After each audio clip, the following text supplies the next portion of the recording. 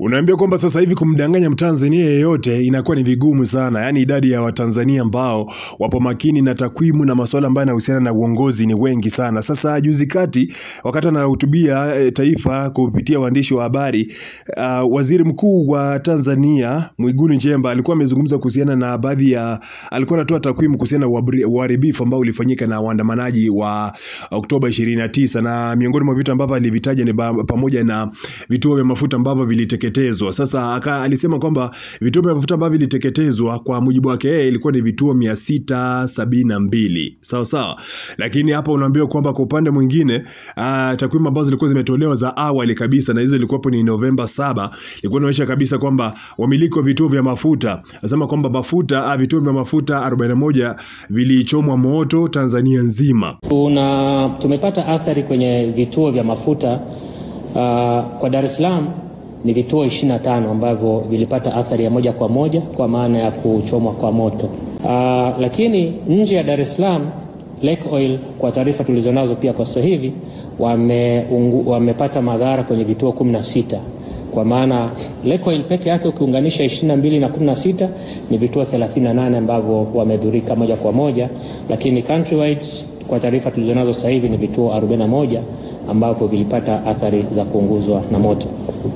Lakini vingi ambavyo vilichomwa ni vituo vya Dar es Salaam ambavyo vilikuwa ni takriban vituo 25 hivi. Lakini sasa kuna mshikaji ambaye alikuwa anajaribu kutoa takwimu hizi kuonyesha namna ambavyo serikali haipo makini katika kutoa takwimu zake, ama kutoa maelekezo kuhusiana na baadhi ya vitu ambavyo baadhi ya madhara ambayo yalipatikana. Sasa kuna mwamba ambaye alikuwa anasema kwamba ukiwa muongo hakisha una taarifa sahihi ili walau kidanganya visipishane sana. Akasema kwamba wamiliki wa vituo vya mafuta walizungumza na vyombo vya habari tarehe 7 Novemba mwaka 2025 na kuwa ujumla wa vituo 41 vya mafuta vilichomwa moto nchi nzima. Hizi ndio takwimu ambazo wamiliki wenyewe wa vituo vya mafuta walikuwa wamezitoa. Wasema kwamba vituo ambavyo vilichomwa nchi nzima vilikuwa ni vituo 41. Lakini waathirika wakubwa wa vituo vya mafuta kuchoma moto ni Lake Oil kama nilivyokupa taarifa, na kama alivyosema Ridhiwani Kikwete akasema kwamba Lake Oil pekee walitangaza kwamba vituo vyao 92 vilichoma moto, na walisema wazi jumla ya vituo vyao 31 mpaka 41 vilikuwa vimechomwa moto na kupelekea Watanzania takriban kama 300 hivi kupoteza ajira kutokana kwenye kampuni hiyo.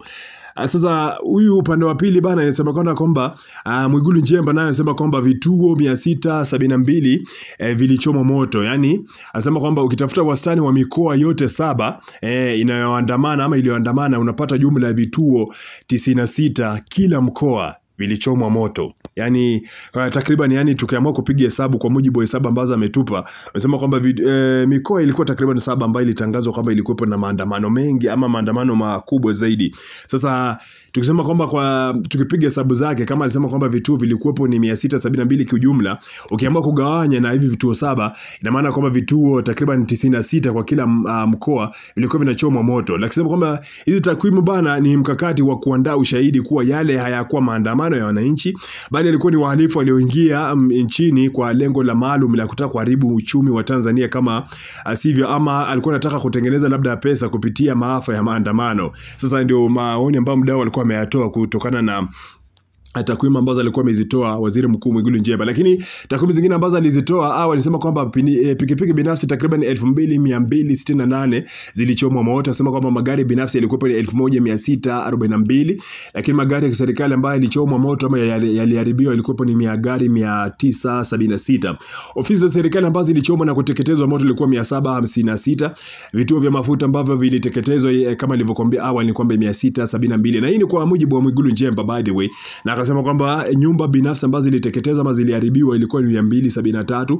Vituo vya polisi ambavyo vilichomwa viliharibiwa ilikuwa ni 159. Hizi ni takwimu za awali. Lakini pia asema kwamba vituo vya mwendo kasi vilikuwa ni 27 ambavyo vilichomwa moto, na mabasi 6 kiujumla ndio yalichomwa moto. Sasa hizi ni takwimu ambazo alikuwa amezitoa Mwigulu Nchemba, waziri mkuu wa Tanzania, kwa mujibu wa takwimu za awali zikionyesha uharibifu ambao ulishuhudiwa Oktoba 29 kwenye maandamano ambayo yalikuwa yanafanyika ya kupinga uchaguzi ambao ulikuwa unafanyika. Nipe maoni yako kuhusiana na hili.